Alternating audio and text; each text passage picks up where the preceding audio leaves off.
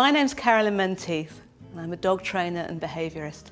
And I'd like to welcome you to Dog Training Made Easy with Dogs Trust, a series of films that will show you the fun and enjoyable way to have a well-trained dog.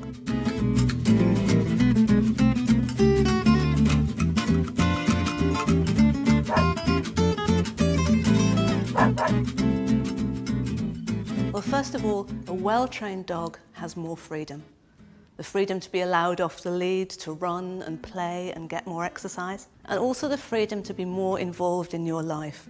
You can take him everywhere with you, to visit friends, on holiday, to the pub, even to work, because you know that he'll be well behaved. It's not just about freedom though, it's about safety as well. If your dog's well trained, you can keep him safe, and you can keep everyone else safe from your dog. You owe it to anyone who comes into contact with your dog to make sure that he is a well-behaved member of canine society. And you owe it to your dog to be able to keep him safe and give him a long and happy life. But more important than that, a well-trained dog is a joy to live with. You don't have to worry about him knocking over Granny or rounding up the children or chasing the postman. You can just get on and enjoy your life together. A well-trained dog is a happy dog. And the owner of a well-trained dog is a happy owner. So, what do you need to train your dog? Well, first of all, you need a plain collar with a buckle or a clip at the end, and of course, with your dog's identity details on it. Try and find a collar that's as wide as you can for your dog. The wider the collar, the more comfortable it is for your dog to wear. You're going to need a lead. And the other thing you're going to need is a training lead. This is 6 feet long with a clip on both ends, and you'll find out how to use that as we go on in the training program. You need to also find a nice quiet space with no distractions to start off each exercise. You can build up to doing it out and about later on, but to start with, your dog has to be able to concentrate on you. And the other thing you're going to need is some nice, yummy treats. Something that your dog really, really loves. It can be anything. It could be cheese, bits of sausage, bits of chicken, anything that he's really going to work for. But it should be healthy, and you need to cut them into really small pieces, about the size of your little fingernail. And of course, last but not least, what you really need is your dog. Hello, Oliver. So I hope you and your dog really enjoy Dog Training Made Easy with Dogs Trust. It's the fun and enjoyable way to transform the life you have with your dog. Come on then, Oliver, let's get training.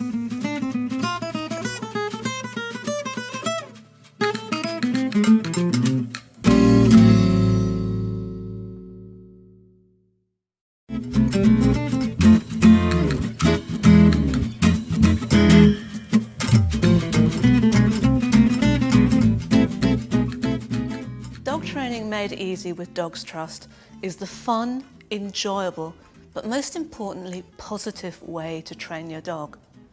Positive training is all about rewarding your dog when he does things right.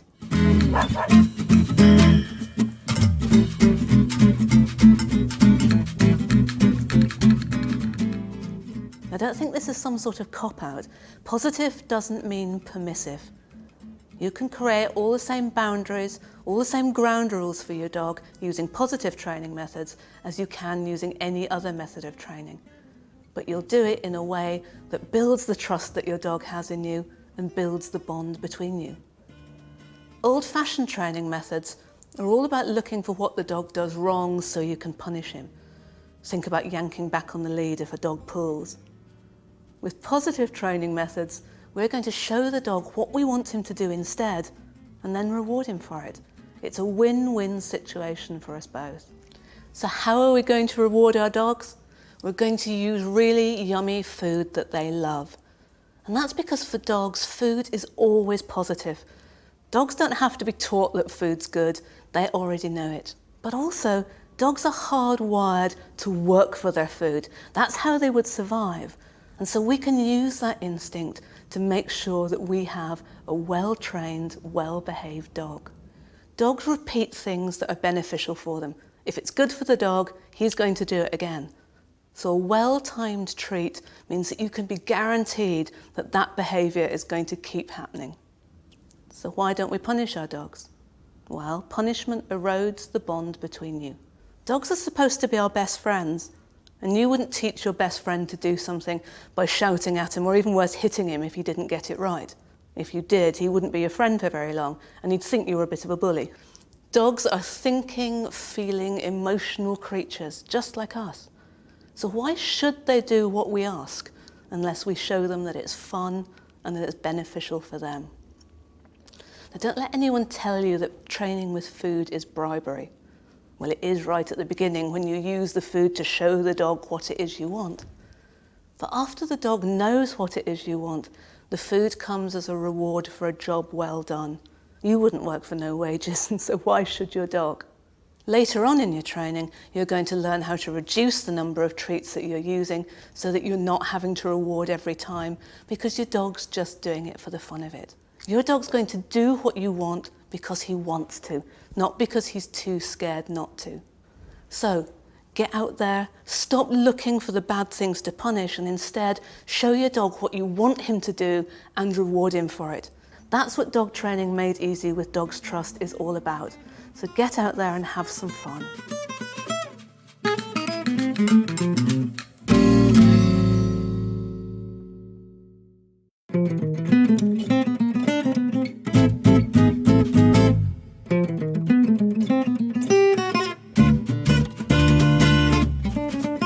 Many people take a dog into their lives without really understanding what they need to be healthy and happy, and more importantly, to be easy to live with.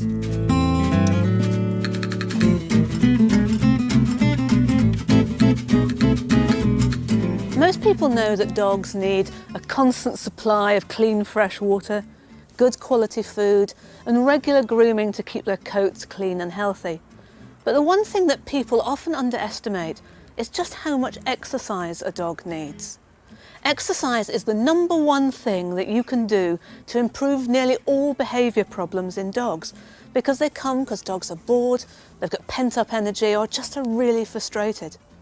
Dogs need exercise every single day.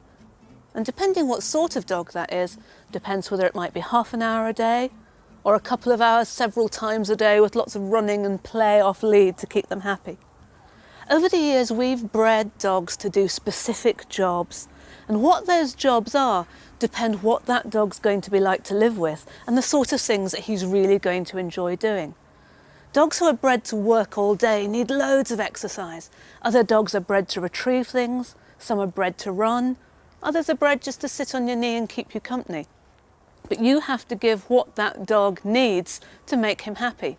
In fact, it's the number one consideration when you decide what type of dog you take into your life is how much exercise you can give him.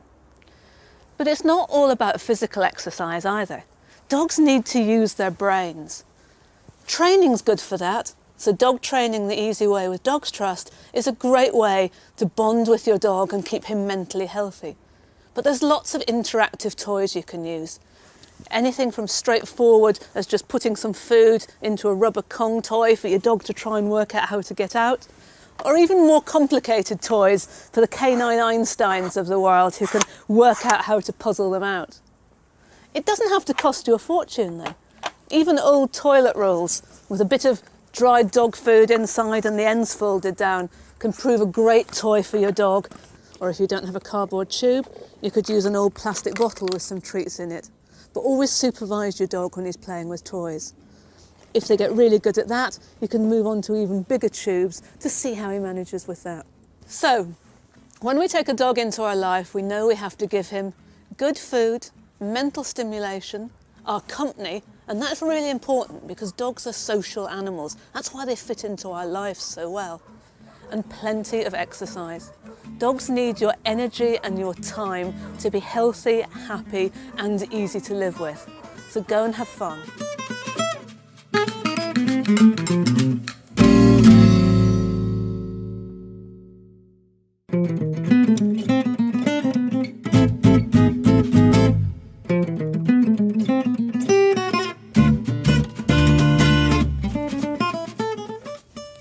One of the things that we don't always remember is that some dogs aren't naturally happy being handled, being groomed, or being cuddled.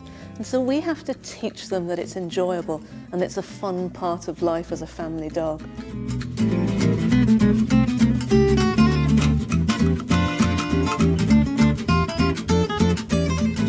Sometimes if people get bitten, it's because a dog reacts fearfully to being handled when he's never been taught just what a joy it is.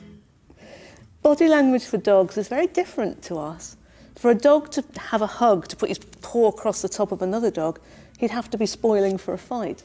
That's why quite often dogs react by barking when their humans have a hug. They really just don't understand it. So we have to teach them how to enjoy being hugged and being handled. For dogs who live with children or just with owners who love doggy cuddles, this is one of the best things you're ever going to teach your dog to do. And so to help me show you how to teach your dog to enjoy being handled, I've got Basil here. Now what we need is a really good supply of yummy treats that Basil really likes. And then while giving him a treat, just slowly start to stroke.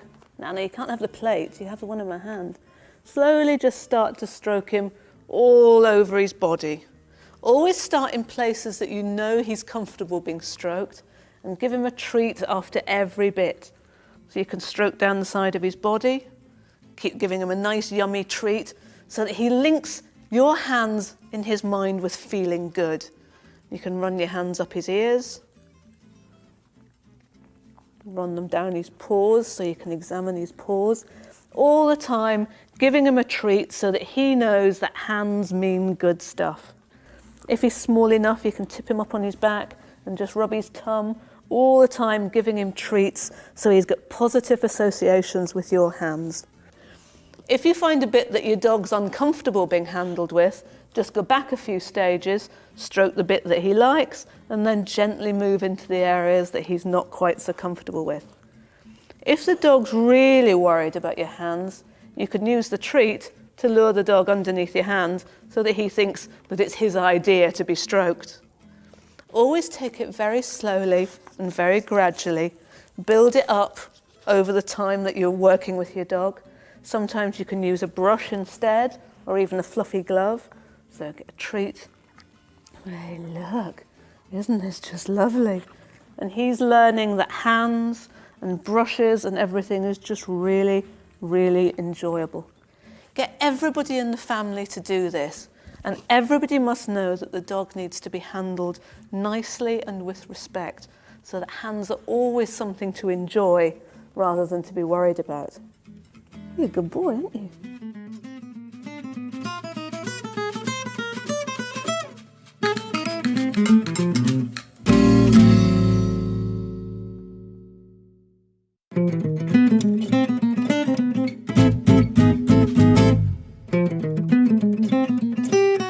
In this film of the series Dog Training Made Easy with Dogs Trust, we're going to teach our dogs that teeth and skin just don't mix.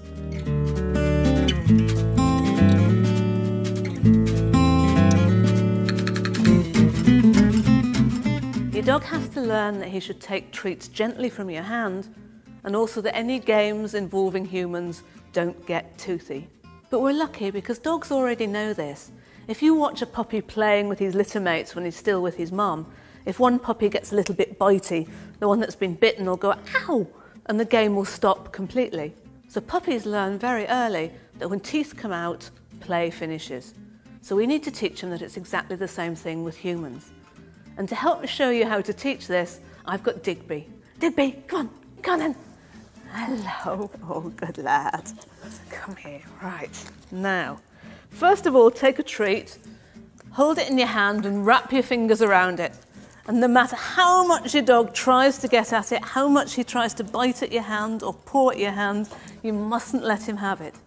What you have to wait for is the minute that his nose comes away from your hand. And that's what you, yeah, good. And that's what you reward him for. He needs to know, good boy, that he's never ever going to get the treat by biting your hand. The only way he's going to get it is to stop doing it and just to back away from the hand a bit. Can go further this time. Good boy. Well done. That way he knows that biting and grabbing at hands is never going to get him the treat. And incidentally, that's a really good way to give treats to a dog that you've never met before. Wrap the treat in your hands and then just open your fingers gently and let the dog have it. When you're playing with toys, it's the same thing. His teeth mustn't ever touch your hand. And if they do, you say ow in the same way as his littermates would and turn away from him. So if you feel his teeth on your hands at all, you go ow, turn away, and the game stops for a few seconds. Then go back and play again. But he has to remember not to use his teeth and to be more careful next time. What's really important is that everybody in the family practices this, not just you. Anyone who plays with the dog has to teach him that teeth and hands don't mix. Come on then, let's go. You are so good.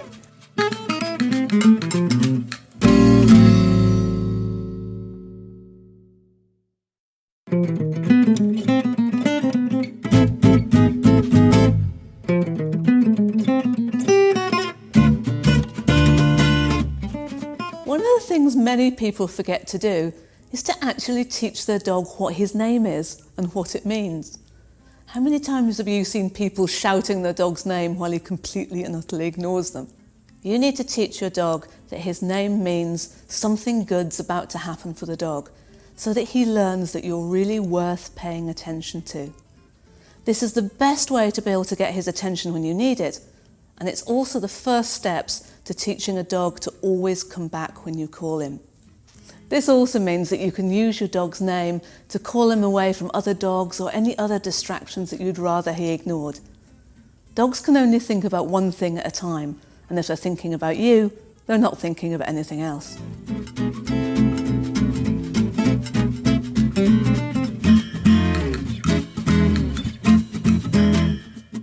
So to help show you how to teach your dog what his name is, I've got Stanley here.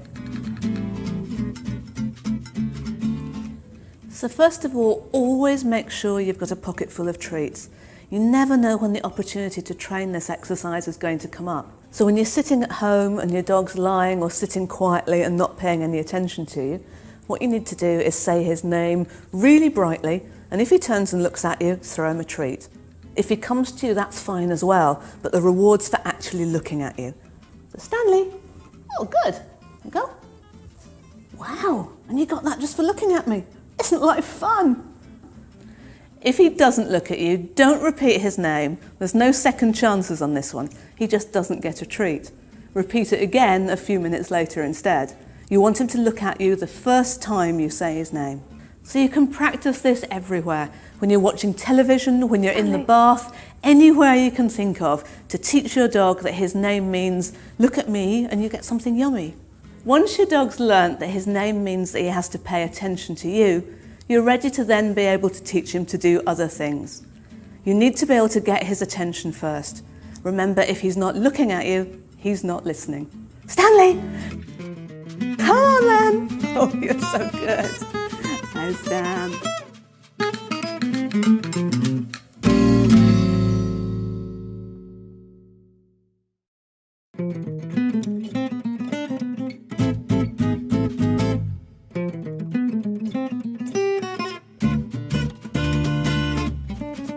In this film of the series, I'm going to show you how to teach your dog not to jump up.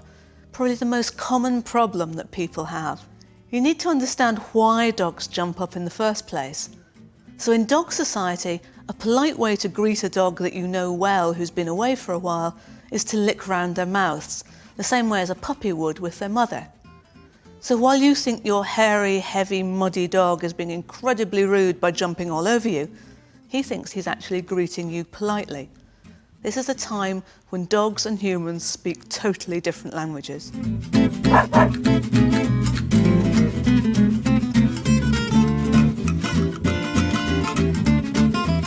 It couldn't be easier to teach your dog not to jump up, because the only reason he's doing it is to say hello and to get your attention.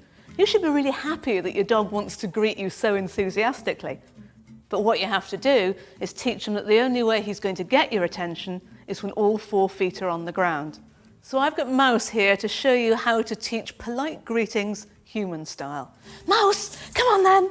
And as long as he's jumping up at me, I'm going to completely ignore him. Ah, good boy. Until the second his feet go back on the floor. When his feet go back on the floor, that's when I'm going to reward him for it. It's as easy as that. And straight away he learns that if he wants my attention and if he wants treats, dog's feet stay on the floor. Everybody needs to practice this in the family. Children, granny, everybody, visitors who come to your house. Dog mustn't jump up on anyone. So, Mouse, now you've got that right, let's go meet Granny.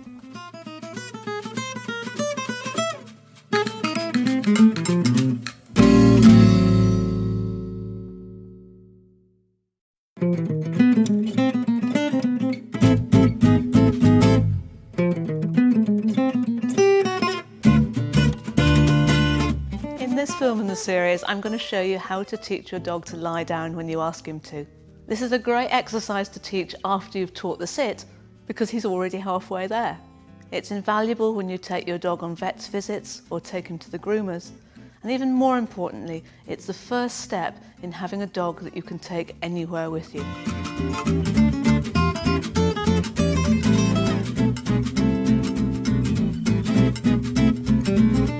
So to help me show you how to teach your dog to do a down, I've got Mouse here.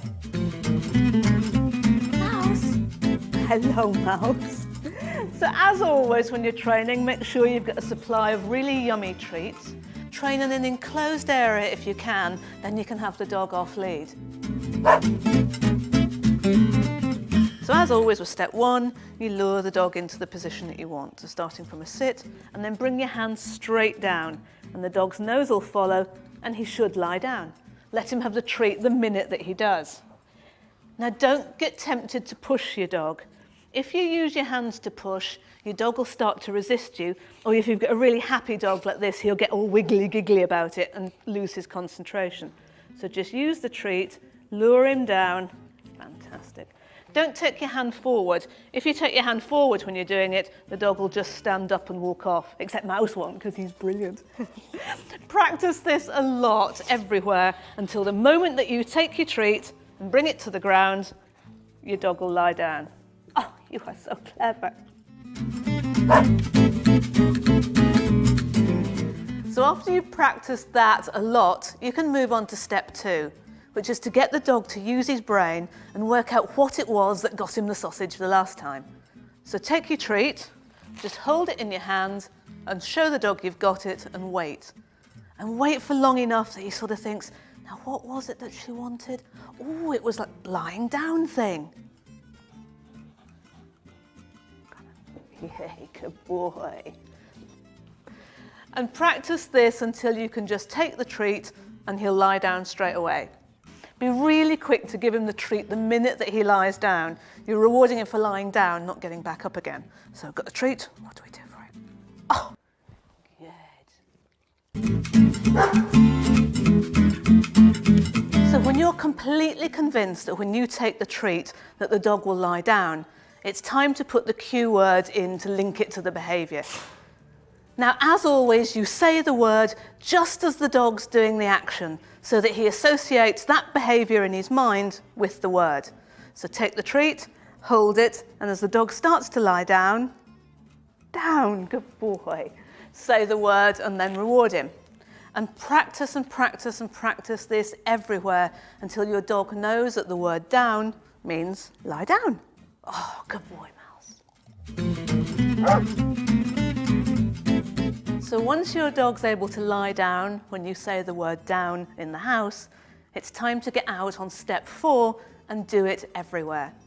As always, start somewhere where there's few distractions, and then you can build it up to when there's people and dogs around. Make sure when you're out and about that you have your dog on a lead. Use your 6-foot training lead, you can clip it onto your belt and have your hands free to be able to reward your dog. So get out there and practice your downs everywhere. So Mouse, should we go and do some downs? Come on then, let's go. Yay.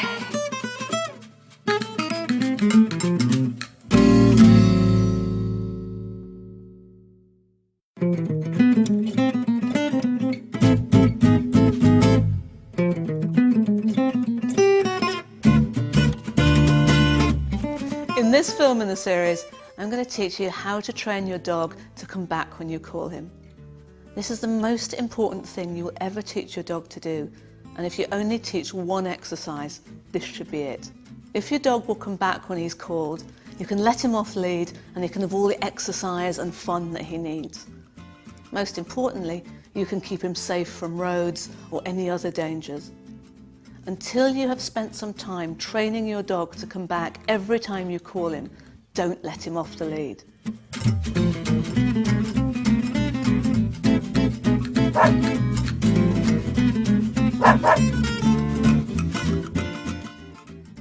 Now, to train the recall, you're going to find it really useful to use the 6-foot training lead that we talked about in our introduction film. It's long enough that you can get a good distance away from your dog, but still keep him safe because he's on lead. One clip goes onto your dog's collar, and you can either hold the other end or clip that onto your belt so that your dog's secure and you've got both hands free. You're going to find this really useful in this exercise. So to help me show you how to teach your dog to come back when you call him, I've got David. Hey, David. Hey, look at you.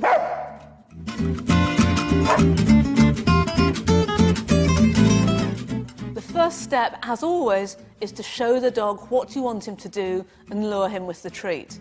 So, get something that David really, really likes. That sounds good, doesn't it?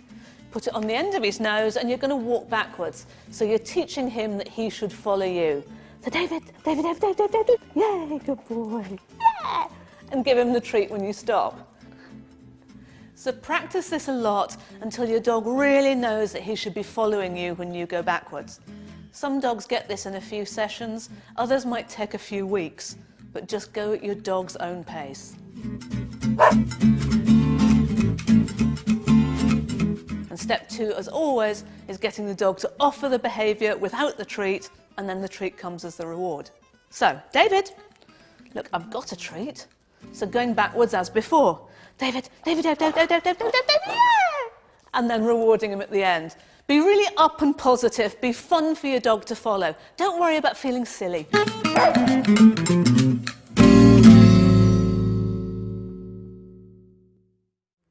Once you've practiced that a lot and your dog follows you every single time, it's time to move on to step 3, which is putting the name to what you've just taught. So you can use come or here, whichever word you like. So the first thing you do is use your dog's name, as you taught him earlier on, to get his attention. If a dog's not looking at you, he's not listening. After you've said his name, encourage him to come to you as you did before, and as he starts to move, put that word in, so that he links coming to you with that word. So it's always name first, and then the command. So David, come. Good boy, yay, good lad. And then reward him when he gets to the end. After your dog's learnt what coming to you is called, you can start to practice it everywhere. If you've got someone to help you, a really good way is to play a game called Ping Pong Puppy, where you pass the dog back and forward between you, saying his name first and then telling him to come. So to help me today, not only do I have David, but I've also got Adam. Hi, Adam. Hi. Now, one of the things to remember when you're calling your dog is you have to have really big open body language to encourage them to come to you. If you lean forward, you're encouraging them to go away. So, Adam, do you want to call David? So say his name first, and then when he looks at you, tell him to come. And big open body language. Come on. And give him a reward. Good boy, good boy. David, come. Oh, you're too good. And again, David. So say his name. Wait till he's looking at you. David. Yeah. Come on. Brilliant. Good boy, Well done, good Adam. boy. David, come! Yay, good boy. And you can practice this and have a lot of fun at it.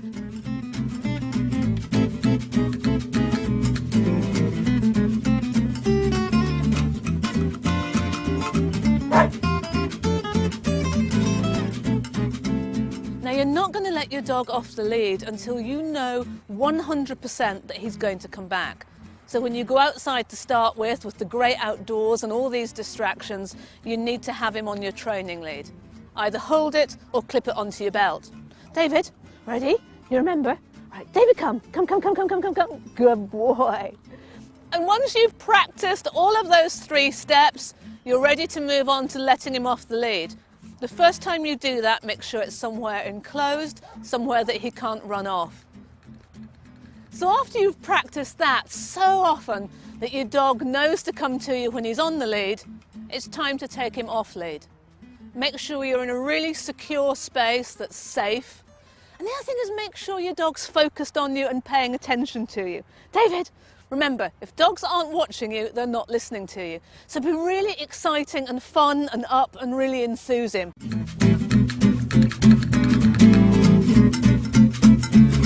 Always rewarding him. Remember to make it fun. Keep it really up and exciting. Ready? David, David, come. No, you're getting ahead of me.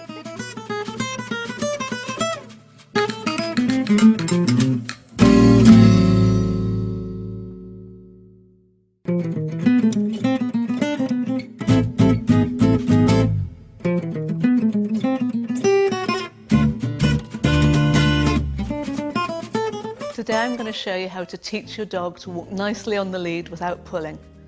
This will transform your walks and make them far more enjoyable and a lot safer for you both.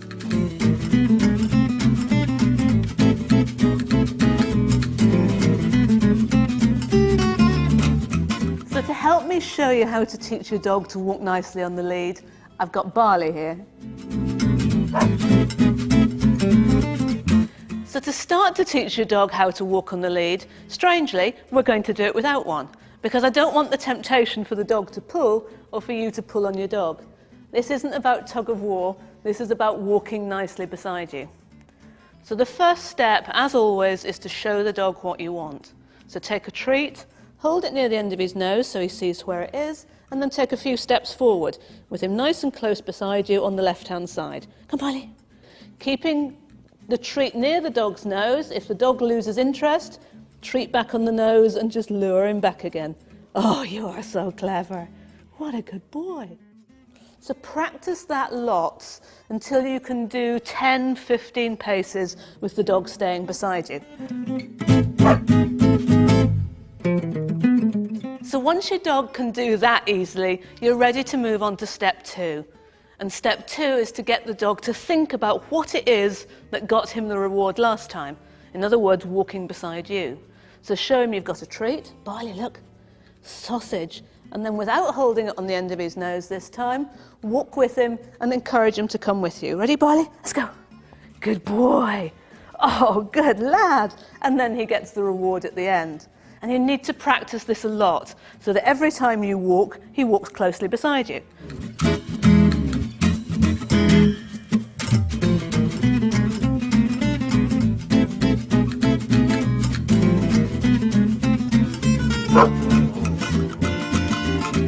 Then you're ready to move on to step 3. And step 3, as always, is putting a name to the behaviour. So we want him to know that when I say either heel or close or whatever you like, that he should be walking beside me. So, no treat. Ready? Nice and close. Close, close, close. Oh, you are so good. So good. Yes! And you get sausage. Good boy. And practice this a lot so that you link the behaviour of being close to you with the word. So stage 4 is to get out and about and practice this everywhere. Start off where there aren't very many distractions, so maybe in the garden or a quiet part of the park, and then you can build it up until there's other people and other dogs around, and so your dog learns that he always walks close beside you on the lead. You have to use a lead for this bit because it's not safe otherwise. So use your long training lead because that's really useful to be able to attach the other end onto your belt so that you've got your hands free. So just to do a recap, step 1, you use the treat to show the dog where you want him to walk. Step 2, you get him to use his brain a little bit and walk beside you to get his reward at the end. Step 3, put the name to the exercise that you want, so either close or heel. And step 4 is get out there and practice. Come on then, let's go and do this again. Go.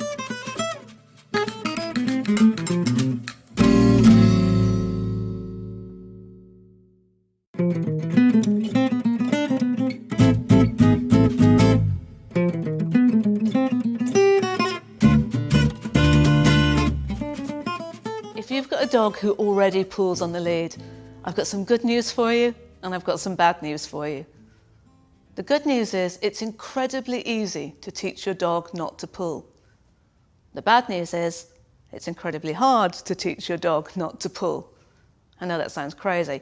What you have to do to teach your dog not to pull is incredibly simple, but actually having the commitment to do it is really hard. When we put our dogs on the lead, we seem to then work at cross purposes.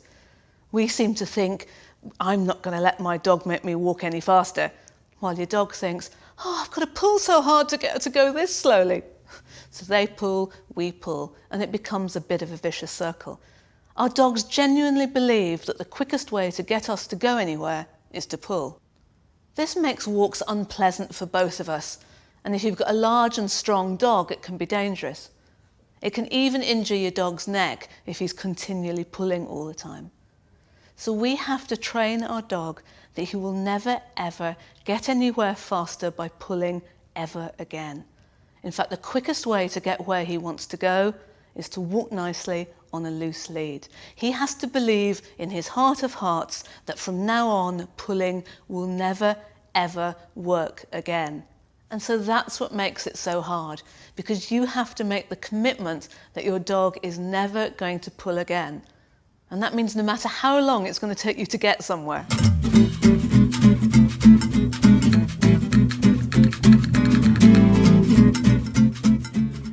So to help me show you how to teach your dog never to pull again, I've got Digby here. Now you need to start in a really quiet place with no distractions. You need some really nice yummy training treats. There you go, Digby. Your 6-foot training lead, and that needs to be clipped on to a plain flat collar. There we go, we're ready to go. So step 1 of teaching this is to teach your dog that a loose lead is good. So as long as the lead is loose, it doesn't matter where he is, you can give him a treat. Hold it right at the end, and he has to learn that loose lead means good stuff for the dog. Now, after you've practiced that a lot, so that your dog knows that every time you clip the lead on, the lead's got to be loose when you're standing still, it's time to be able to move around a bit. So remember, if the lead is loose, he gets a treat. Doesn't matter where he is, he can be on either side of you, front or back. As long as that lead's loose, he gets the treat. So, yeah, get one for that, good. Oh, yeah, still loose. If at any point the lead gets tight, you just stop giving him the treats, stand, wait till he comes back to you and the lead's slack again, and then give him the treat. And practice this all the time. He has to know the minute that lead goes on, it's got to be loose. Yay, good boy. Now, as you know from the other films, step 3 is putting a name to the behaviour. But this is the only one that's different, because the cue for your dog not to pull is now going to be clipping the lead on in the first place. Not pulling is going to be your dog's default behaviour from now on. Isn't it, Dig? Good lad. So once you've practiced that a lot so that your dog knows not to pull on the lead, now you can start to add a distraction to make it a little bit harder. Maybe something like a toy that your dog really loves, like Mrs. Pig here. And what you're going to teach the dog is the only way that he's going to get to that toy is with a slack lead. So you start walking towards it. We're going to go and see Mrs. Pig. Look, Mrs. Pig. And if the lead gets tight, you back up. As soon as he comes back to you, start walking again. So the only way he's going to get to Mrs. Pig is if he does it on a loose lead. And if he gets all the way there, he can have it. Yay, good boy. Well done. Your dog has to believe 100% that the only way he's going to get to that toy is if the lead's loose. If the lead gets tight at all, it's going to take twice as long. As long as he believes that, it's in his interests to keep the lead loose. Good boy. Should we do that again? See, I told you it was really easy to teach your dog to walk on a loose lead. He just has to believe with all his heart and all his soul that never again will he get anywhere faster by pulling. The only quick way to get anywhere is on a loose lead. But it does take a lot of commitment. From now on, your dog must never ever pull on the lead again. And that can be difficult, because sometimes you just quickly want to get somewhere. But if he pulls just once and gets there faster just once, he's always going to believe that it's worth doing. So if you don't have that commitment, or maybe there's just days when you don't have time, You could put a harness on your dog or a head collar on your dog just to give yourself a bit of power steering. It's far better that you walk your dog on one of those than let him go on half strangling himself on a collar, which could cause injury to him, and it could also be unsafe for you. So, from now on, get out and practice and make sure that your dog never, ever pulls again.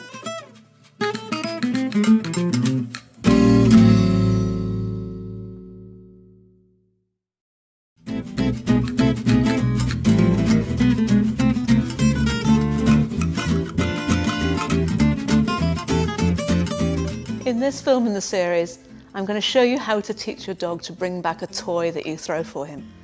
This is one of the best things you can do to transform your walks.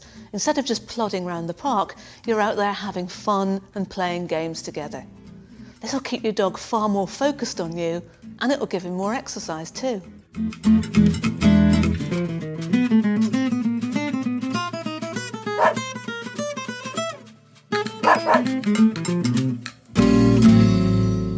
Now, before you teach your dog to retrieve, you need to find the perfect toy.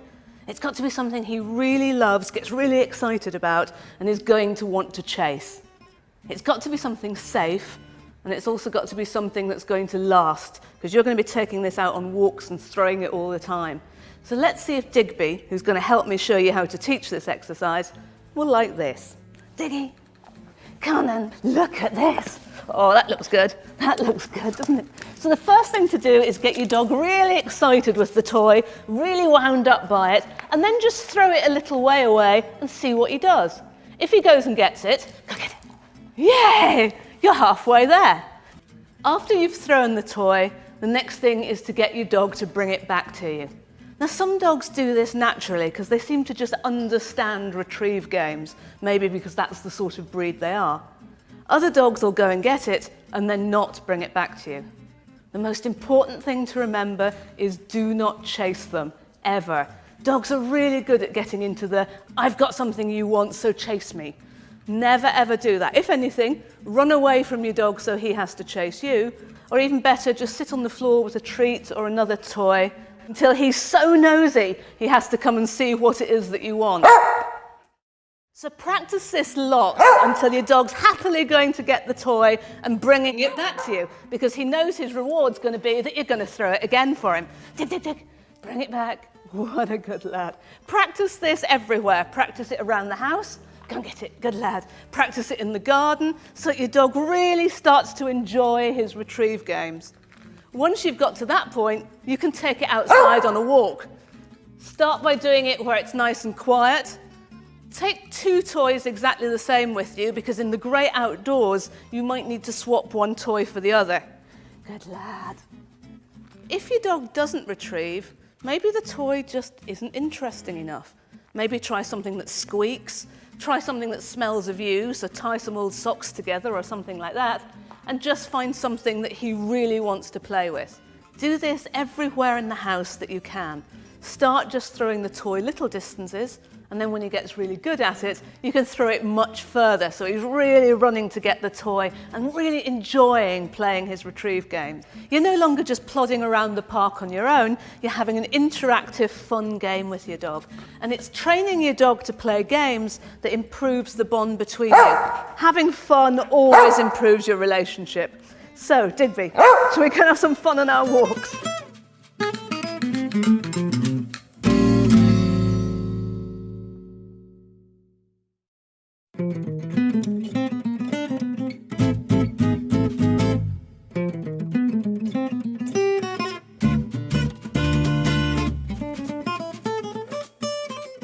In this film in the series, we're going to teach your dog to sit when you ask him to. This is a great first exercise to teach your dog because it's something he does naturally anyway, and it's the start of good canine manners. A dog who's sitting politely isn't jumping on anyone, and it's going to give you the skills to teach more advanced training exercises later. Once you've mastered the 4 simple steps to training the sit, then you can teach anything else. And then the sky's the limit.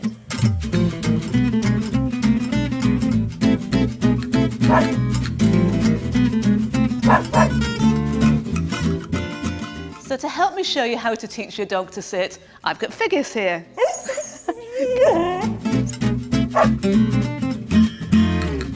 So the first thing we're going to do is show the dog what we want him to do. That's the first step.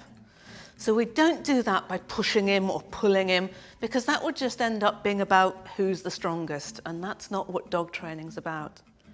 What we're going to do is take a treat, hold it on the end of his nose, and we're going to lift the treat up and back over his head. Figgis, round this way, good lad. And as his head comes up, his bottom has to go down, and then he gets the treat. Perfect. And practice that lots and lots and lots. It might take a few minutes or it might take a few weeks, but practice it until the minute you lift your hand up, your dog sits. Good lad. What a good boy. So the next thing that we need to think about is getting the dog to use his brain and work out what was it that got me the sausage last time.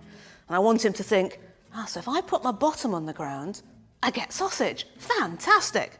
So Figgis, treat on the end of the nose. Yes! You good. Figgy. Look. Got sausage? Good boy. And you need to practice this again lots until the minute you just hold the treat, your dog sits. Well done. And this again, you've got to practice a lot until the minute you take that treat and hold it, his bottom goes down. The third step, you should only move on to when you will be prepared to bet £100 that when you take your treat and wait, your dog will sit. And so take your treat. The minute you see his bottom start to go down, put the word sit in, because you want to link in your dog's brain the action of sitting with the word. So, Figgis, sit. Good boy. And you get the word in just as you see your dog's bottom going down. So Figgis, sit. Oh, good lad. And this is another one that you then need to practice and practice and practice before moving on to step 4, which is the most important part of dog training. So you practice it in the garden, do it at the pub, do it in the park. Start off where there's few distractions, and then you can build up to doing it maybe when there's dogs around or people around, so that he knows that sit always means sit. And at this stage, you can start to reduce the number of treats you're giving your dog as well. So maybe you might ask for 1 sit and reward him, or you might ask for 4 sits in 4 different places and then reward him. Keep him guessing as to when the treat's going to come, so he keeps working with loads and loads of energy. So, Figgis, ready? And sit. You are such a good boy. Okay, let's go and practice some sits then. So get out and have fun and practice. Don't you think so?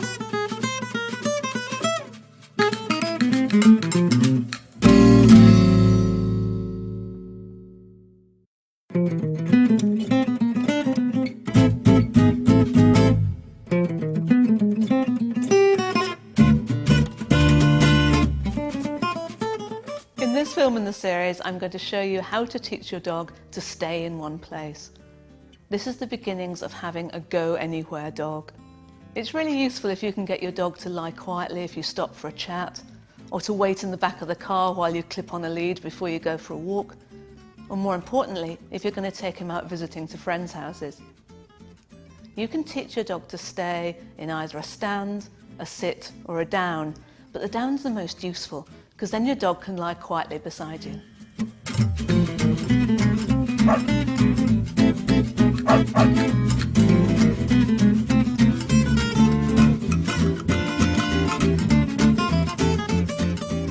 So to help me show you how to teach your dog to stay in a down, I've got Bacon.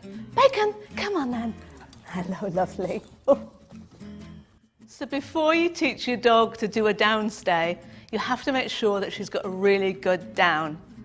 If your dog doesn't, go back over the down film and practice that until it's perfect. So Bacon, down. Oh, perfect. So now you can work on the down stay. So the first thing you're going to do is get her to stay down for longer. So you're going to ask her to lie down, and then you're going to count to 5 seconds before you reward her. Just hold your hand up, and then after 5 seconds, give her the treat. So Bacon, down, hold your hand, it's almost like a stop sign for 5 seconds, and reward her, she's so clever. Make sure you give the reward while she's lying down. You're rewarding her for staying down, not for getting back up again. Now build that up really slowly until your dog can stay for up to about 30 seconds. Really, really take your time with this. It can take weeks to get to that stage, so the patience now will really pay off and you'll have much, much better stays. If your dog moves, well, blame yourself for moving too quickly and put her straight back again. Are we ready? Bacon, down. So practice this everywhere, with your hand signal and with the cue word. And then you can build it up to about a minute. Do it in every room in the house, do it in the garden, do it in the park, everywhere you can imagine. Then you're ready to move on and actually get some distance between you. First of all, ask the dog to do a down. Bacon, down. And very gently just take a tiny step back and go straight back in again and reward her. Always remember to reward her while she's in the down. Never reward her when she's standing up, otherwise all you're teaching her is to stand up and not to stay down. So just taking a step away and back in and rewarding it. Some dogs find this really hard because all the rest of the training we've been doing, we've been trying to keep our dogs with us all the time, and so they sort of want to follow us. So we have to take this really, really slowly. Ready, Bacon? One step. Oh, so good. So really slowly build up the distance that you can get away from your dog. This can take a really long time, so be patient. Just move at your dog's own speed. Get good at anticipating if she's going to move so you can really quickly go back and reward her before she does. So now you can get out and about and practice it everywhere. In the garden, in the park, places to start with that have got no distractions, and then with more distractions like people and dogs, and even go to the pub and try it there. Always make sure you're in a safe and secure area though, because your dog isn't on a lead. If you're in a pub or a public area, use your 6-foot training lead. This is a really good excuse to get out and have fun. Bacon.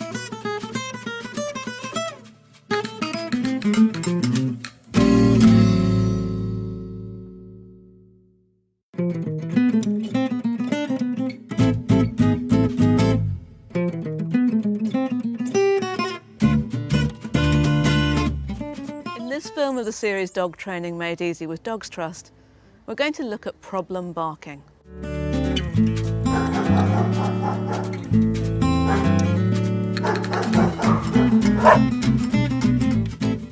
The first thing to remember is that dogs bark for a reason, and if you don't know what that reason is, then you can't prevent them from barking. First of all, dogs bark at the edges of their territory, so at postmen or people passing the windows. Secondly, you've got the boredom barkers. These are the dogs that are left home alone. And lastly, there are some breeds and types of dogs that just bark more than others. If noise is a problem for you, this is something you should think about when you're choosing your dog in the first place. So once you know why your dog's barking, it's very easy to get on and stop it. Always use the easiest way to solve behaviours that you don't want. So for the territory barkers, use baby gates or just close doors to prevent them being able to see passers-by. And for the boredom barkers, it's all about giving them something to do to occupy their day if you're not going to be there. First of all, make sure they've had plenty of exercise before you go. A tired dog's more likely to just settle down and sleep. And give them something that's going to make your leaving beneficial to them. That'll get them over the initial "I've been left" barking. A stuffed Kong is really good for this. If you're going to be away for a while, try and get someone else to come in to give your dog a walk or just a game. Dogs are really social animals, and most don't cope well with being left alone for long periods of time, and barking is often just a symptom of this. But if you've got one of those breeds or types of dogs that are just naturally noisy, or there's just times when you want an off switch, then you can train your dog to be quiet when you need him to. So at times when he woofs like that, really encourage him. You can even put a command to it, try woof, and you can join in with him. Then when you need him to be quiet, just take a treat, hold it on the end of his nose. He has to shut up to sniff the treat and to take it, and just say quiet. and give him the treat. Keep practicing this, but build up the length of time between you saying quiet and giving him the treat. Eventually you'll have a dog who barks when you say woof, and he'll be quiet when you say quiet. When it comes to barking though, you have to remember that he is a dog and dogs bark. It's what they do. So be realistic and don't always expect miracles.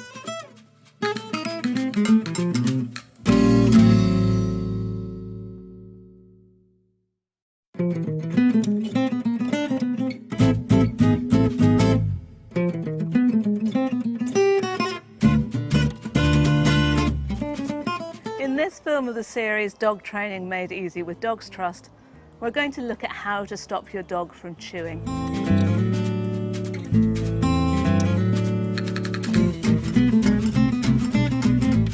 There are some times in your dog's life when he just has to chew.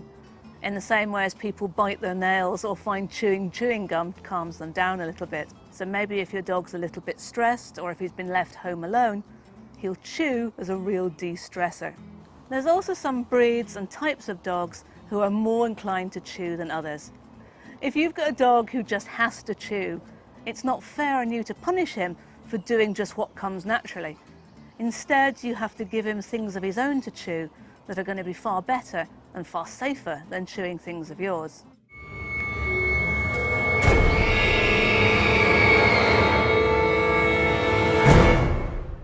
The best dog toy is the Kong. That's because it stands up to some really serious chewing, but also because you can stuff it with treats to make it even more irresistible. Introduce the Kong to your dog by just putting one treat in it that's really easy for your dog to get out so that he gets the hang of it. This way he's going to be able to get the chewing safely out of his system on something far more appropriate than your shoes or your chair legs. You have to be realistic though. If you leave things lying around on the floor, well, that's just temptation for your dog. So if you get a dog, you've got to be prepared to clean up your act. Well, or your floor.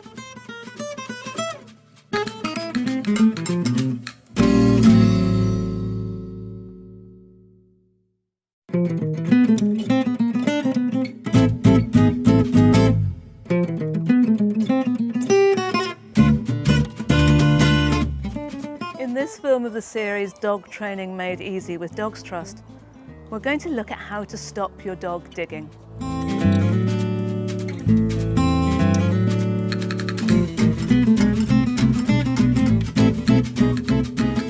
Well, dogs dig. It's what they do. It's normal doggy behaviour. So if you've got a dog who really has to dig, who enjoys nothing more than helping you with the gardening or excavating your lawn, then it isn't fair on him for you to punish him for just being a dog.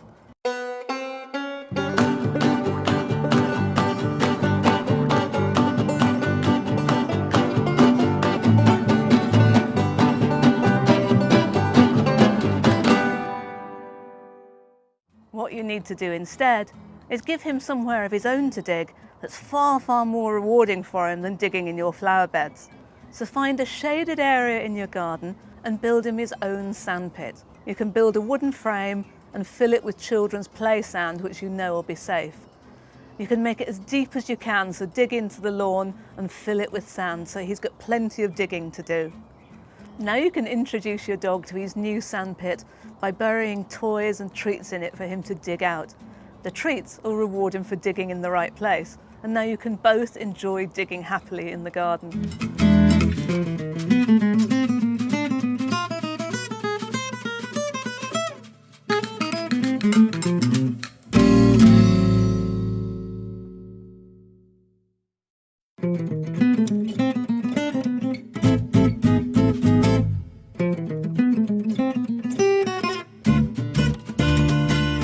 In this film of the series Dog Training Made Easy with Dogs Trust, we're going to look at how to prevent problems when your dog's left on his own.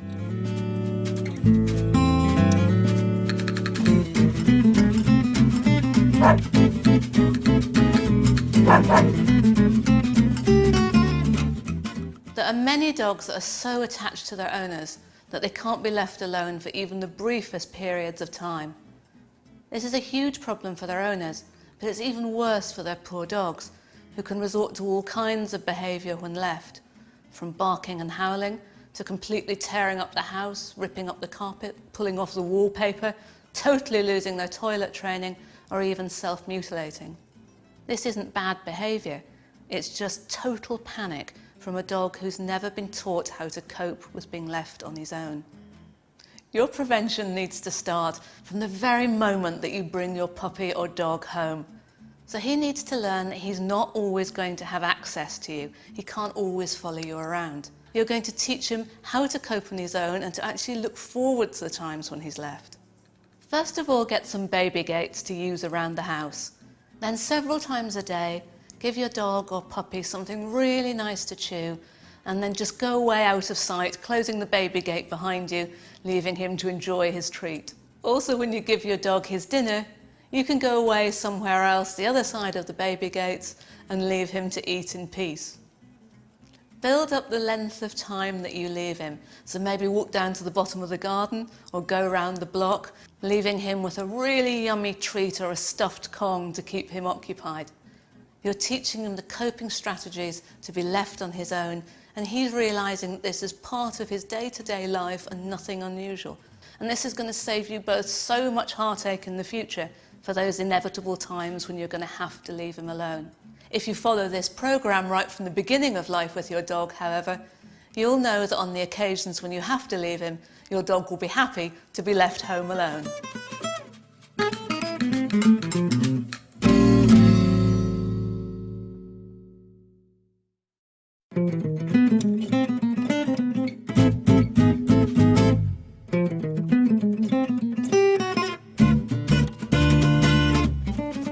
In this film of the series Dog Training Made Easy with Dogs Trust, we're going to look at how to prevent possessive guarding.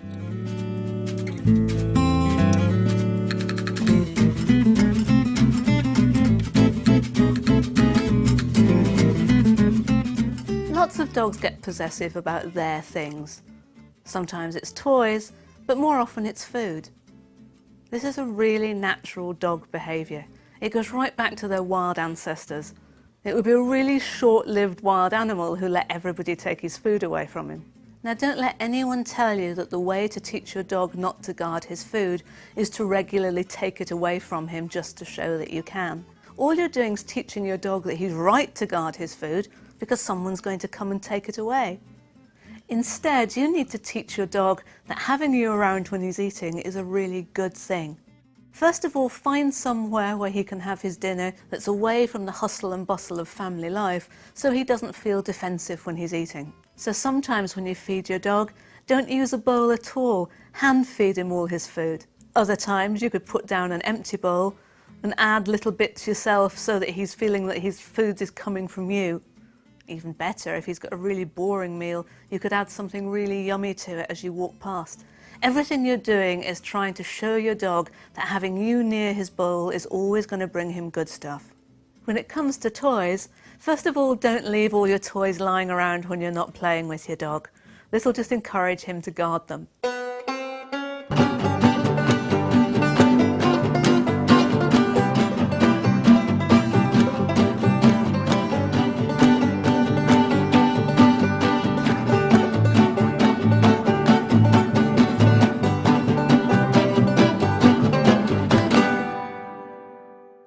When you are playing with your dog, start with a really low-value toy that he's not that interested in, and then swap it for one that's even better, saying leave when he gives it to you.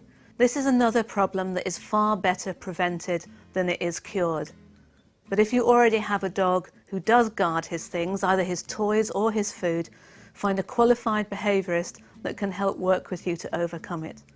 But if you follow this programme, you'll have a dog who really wants you to be near his food and near his toys because he knows that you bring good stuff.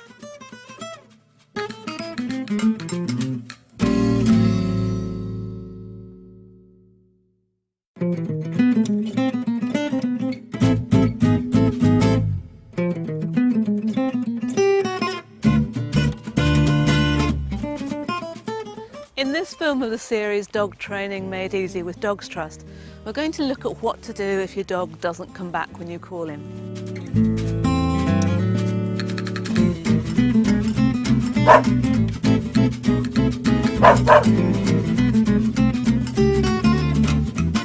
If your dog doesn't come back, you can't let him off lead, so he can't get all the exercise and the fun that he needs to be healthy and happy. Generally, there's 3 reasons why dogs don't come back when we call them. First of all, because the owner hasn't spent the time training the exercise in the first place, and somehow just think if they call their dog's name, he's going to come back. Secondly, some owners go out and they're just so boring. Why should the dog stay with them when there's all the sights and the sounds and the sniffs of the countryside to explore?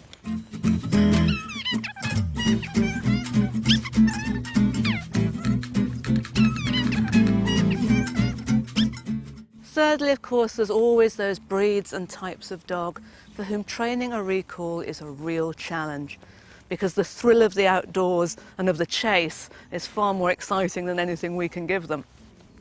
So to deal with the first point, go back to the recall film and spend some time training this exercise.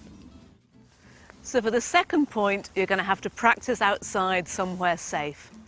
Have your dog's favourite toy with you and some really yummy treats. Kibble just won't do. It's got to be something your dog finds completely irresistible. And do it when your dog's hungry as well, so he'll just be that little bit more focused. So when you let your dog off the lead first, drop a few of your treats on the floor to prevent that first whizzing off of freedom that dogs do. And from then on, be fun for your dog to be with. So play games, throw toys, play hide and seek. Just reward him when he comes back to you for no reason at all, not just at the end of the walk when you want to catch him.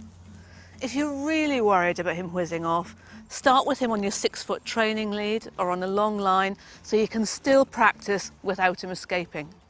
So you're teaching your dog that it's far more fun to stay with you than it is to go off and play with other dogs or chase the local squirrel population. As for the third point, you have to accept that there are some dogs that you will never be able to let off lead in the great outdoors. These are often the hounds and the terriers for whom the thrill of the chase is just far more exciting than you will ever be. Having said that, try training them a good recall. You might be surprised. Lots of people with these types of dogs have been really successful at training their dogs to come back when they call them. But if you do have a hunting dog and you do let him off the lead, put a muzzle on him for the safety of the local bunnies and squirrels.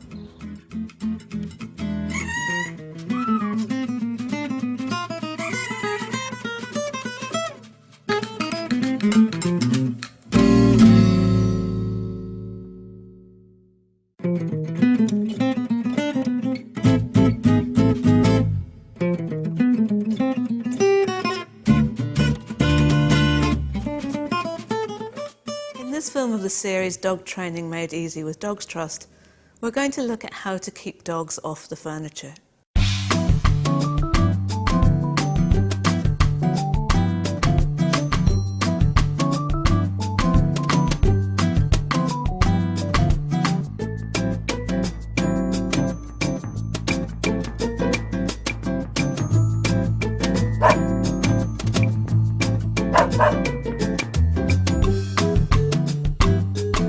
Some people don't mind their dogs being on the furniture, and if that's you, well, that's fine. Whatever you decide about the furniture, though, you have to be consistent. Either the dog's allowed on the sofa or the bed, or he isn't. Decide on the rules before you get him and stick to it. And that means everybody in the family. So no getting the dog up for a sneaky hug when your husband or your wife or your mum's out. It's not fair on the dog, who just won't understand the rules and will get confused. But if you don't want your dog to jump on the furniture, or even worse, if he jumps on the furniture and you can't get him to come off again, then that's really easy to solve. If it's the bed that you don't want your dog to be on, then put a baby gate in the doorway to your bedroom so he can't get in the first place. You can also put a house line on your dog, which is a very lightweight trailing lead.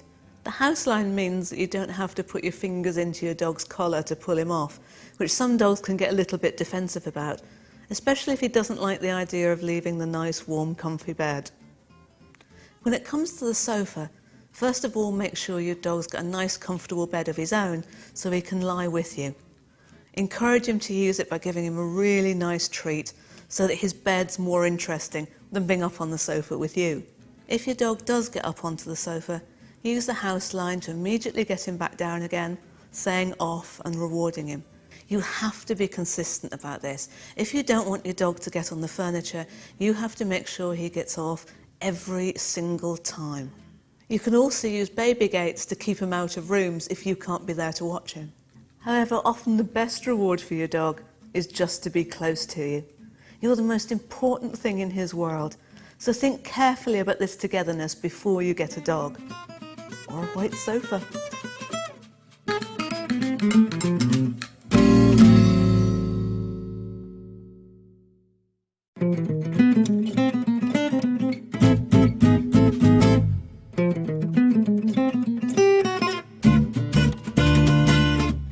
In this film of the series Dog Training Made Easy with Dogs Trust, we're going to look at how to deal with attention-seeking behaviours.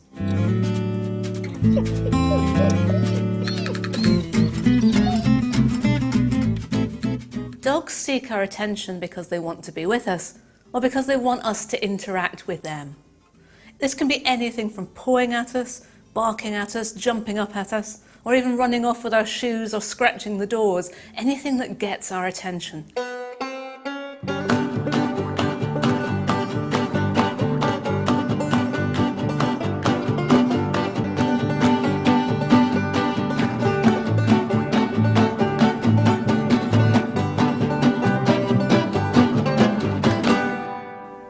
Most dogs, however, seek our attention because they're not getting the physical and mental stimulation that they need.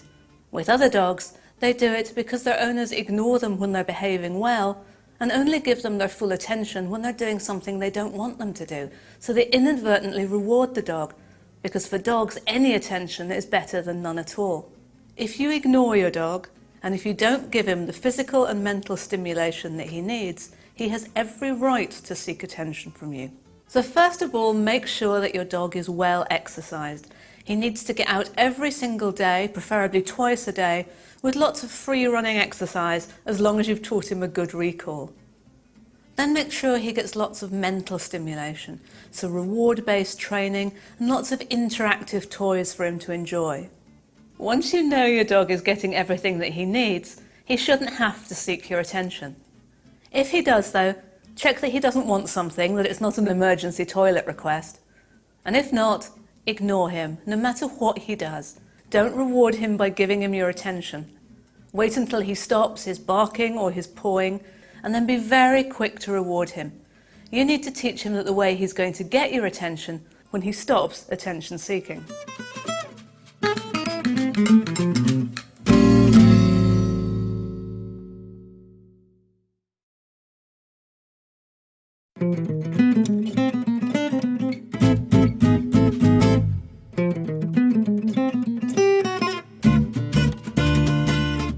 In this film of the series Dog Training Made Easy with Dogs Trust, we're going to look at coprophagia. In other words, dogs who eat their own or other dogs' poo.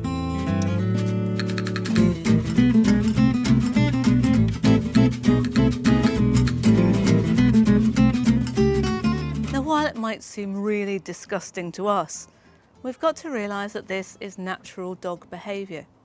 Most bitches will clean up after their puppies. This is a throwback to a more wild state when they wouldn't want to advertise that they had vulnerable babies. So it's not rare, and don't think that it's just something that your really disgusting dog does. It's not something to be embarrassed about, and it's something that's really easy to solve. The origins of coprophagia are varied. It quite often happens in puppy farm dogs who are reared in such a barren environment that the only exciting thing that happens all day is poo. Plus they watch their mothers cleaning up.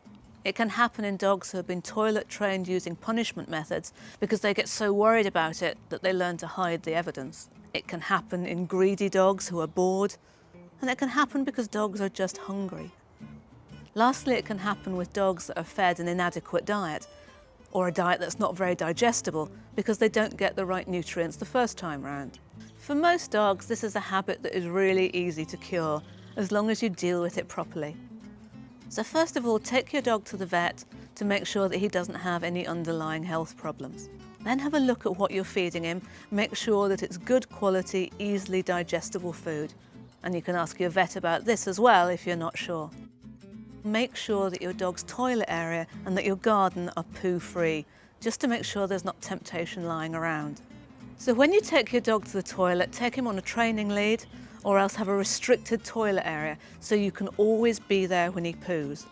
The minute that he's finished, distract him by throwing his favourite treat, and while he's eating that, quietly go and clear up. Don't rush to the poo, frantically trying to get there before your dog does. Otherwise, all you're going to do is convince him that the poo must be really valuable if you want it that badly as well.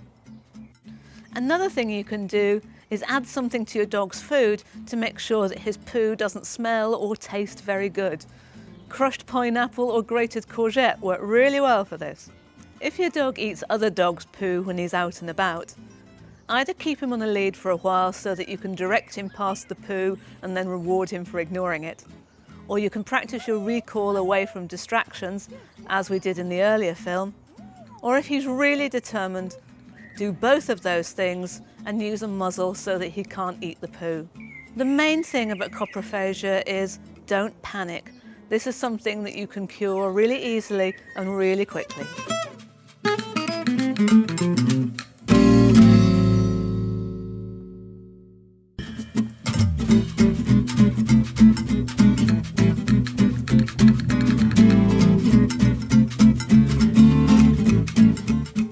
In this film of the series Dog Training Made Easy with Dogs Trust, we're going to look at how to bond with your dog.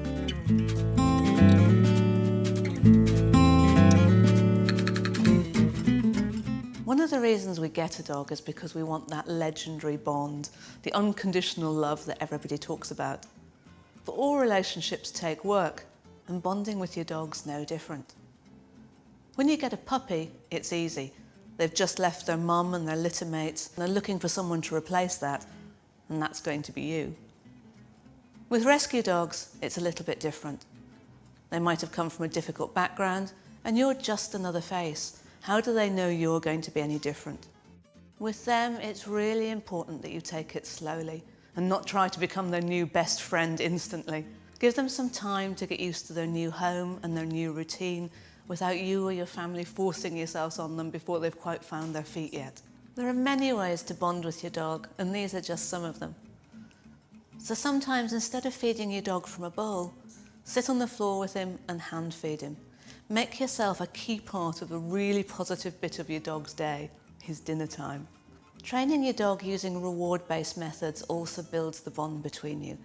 And it can be anything from teaching baby sits and downs to a puppy to more advanced things from your older dog. You're teaching your dog that he can influence his environment and you. He does a down and you reward him. Wow, no wonder he thinks you're great. Grooming and gentle handling also makes you both feel good.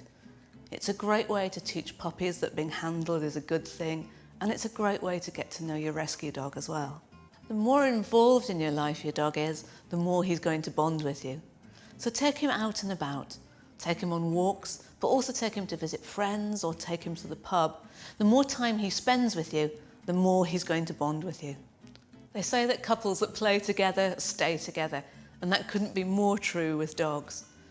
Games are probably the best way to bond with your dog. So get out there and play retrieve games, tuggy games, hide and seek games, anything that you both enjoy.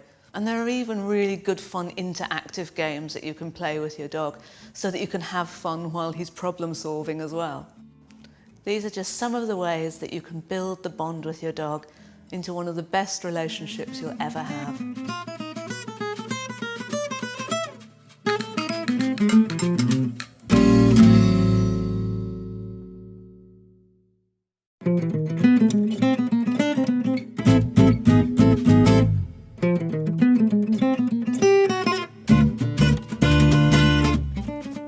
So far in your training, you've been rewarding your dog with treats every time he gets it right.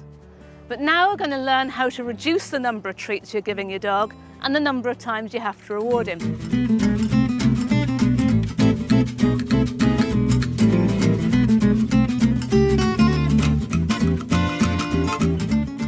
So to do that, I've got Yamo here to help me, and we're going to use the down exercise that you used in an earlier film. So start by asking for a few downs and reward him every time as you have been doing before. So Yamo, down. Good boy.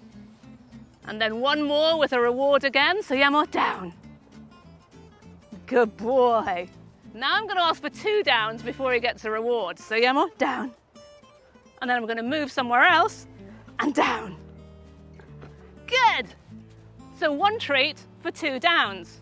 Then I'll do another oneer. So Yamo, down. You're so good.